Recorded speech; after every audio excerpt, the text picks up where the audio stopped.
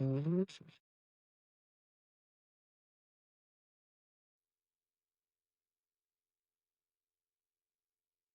Hey everybody, Hermdo back with you, and today we're going to take a look at Malik Beasley. Apparently, he is no longer a target of federal investigation. As of August 22nd, 2025, FBI officials in the Eastern District of New York have confirmed that Malik Beasley is no longer a target of their investigation. He remains uncharged. Beasley's attorney Steve Haney and Mike Schachter emphasized an allegation with no charge, indictment, or conviction should never have been the catastrophic consequence this has caused Malik. The federal probe originated from a usual betting activity tied to prop bets from January 2024 when Beasley was with the Milwaukee Bucks. And as of now, the free agency market reopens. With the legal cloud lifted, Beasley's free agent profile is back in play. Teams that stepped back due to the investigation are now reconsidering him. Detroit initially approached a 3-year, $42 million deal, but talks were paused after the investigation surfaced.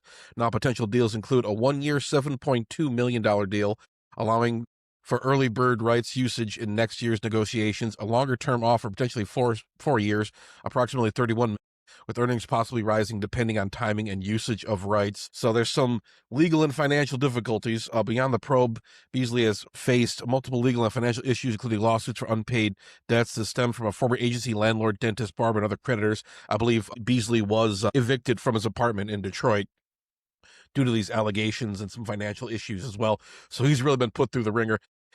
He has had part of his income from the 2024-2025 season with the Pistons garnished to satisfy these debts. Beasley speaks out. Beasley recently broke his silence amid the media furor, stating via Snapchat video that he felt judged harshly by the public and he remains ready to destroy anybody in front of me. His attorney reiterated the importance of presumption of innocence, especially when no charges have been filed.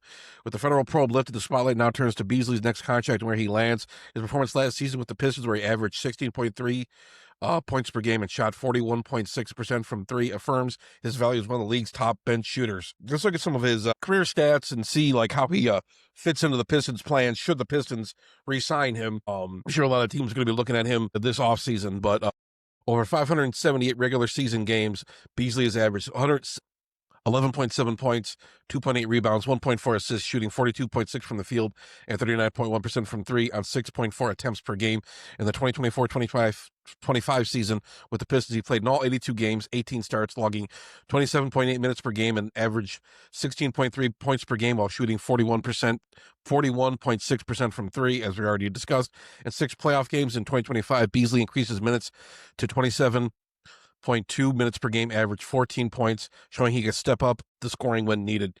His career position postseason line reads 7.8 points per game and 18.3 minutes per game, with shooting splits of 39.7% field goals and 35.7 three-pointers. Beasley set a new Pistons single season record with 212 made three-pointers, breaking the previous mark of 211.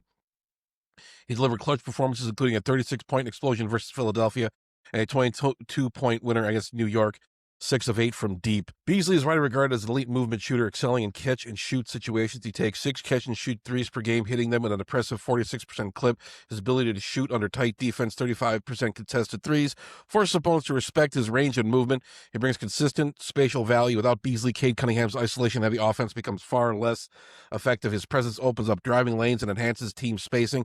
As far as how he fits into the Detroit Pistons blueprint, Beasley complements the Pistons' development trajectory. His shooting prowess works seamlessly with Cade's playmaking, creating easier scoring opportunities and forcing defenses to account for multiple threats. His veteran experience and willingness to take big shots add leadership and credibility to a young rotation. One of Beasley's biggest contributions, titanic shooting outputs, 319 threes, the second most in the NBA this year. He helped reshape the identity of Detroit's offense into one where perimeter shooting is a weapon. Against the Knicks, he torched them for 48.8% from beyond the arc in key games, demonstrating his ability to rise to the occasion in pressure moments. Beasley's gravity forces defense to spread, opening space for cutters, creating driving lanes for Cade, and making defense less effective. His ability to knock down threes off screens, on the move, or under pressure keeps the defense dynamic and less predictable. Beasley excels in a high-volume, high-efficiency shooting role. With his defense limitations, he's best utilized as an offensive spark plug off the bench or in spot starts rather than as an all-around two-way anchor. His reliability from deep gives coach decisions flexibility, pulling defenders to the perimeter, reducing clog near the rim, and incentivizing more ball movement. In short, Malik Beasley's presence elevates the Pistons' offense's least shooting, timely scoring, and synergy with Cade Cunningham form an essential layer in Detroit's upward trajectory. If he returns, expect stability and space making. that helps the entire offense flourish. So yeah, this guy was a key piece in the Pistons' success last year. Definitely like to see him get brought back now that all the charges have been dropped. A lot of people turned on him. I was kind of, you hear these news comes out, there's tons of stuff like this. Whenever like an athlete gets, accused of doing something, personally, I want to wait to see until there's more information out there. I was kind of skeptical about the whole thing. I don't know what the whole deal was. I'm kind of like, really, Malik? Really? You doing this? But, you don't want to believe the worst, but you always got to wait to see how these things shake out. You don't want to judge too quickly, but with Malik free and clear, it's good. Hopefully he finds his way back to the Pistons, gets this deal worked out, and he can continue contributing to this Pistons offense. But that's all I got for you guys for right now. Just a quick update on Malik Beasley. And yeah, thank you for watching, of course. Don't forget to subscribe to Detroit Fan Forum, subscribe to Hermdo. We got all sorts of good stuff coming your way as the sports season starts ramping up in the fall. But that's going to do it for me. Thanks again for watching. Like and subscribe and all that good stuff, and I'll talk to you guys later. Go Pistons.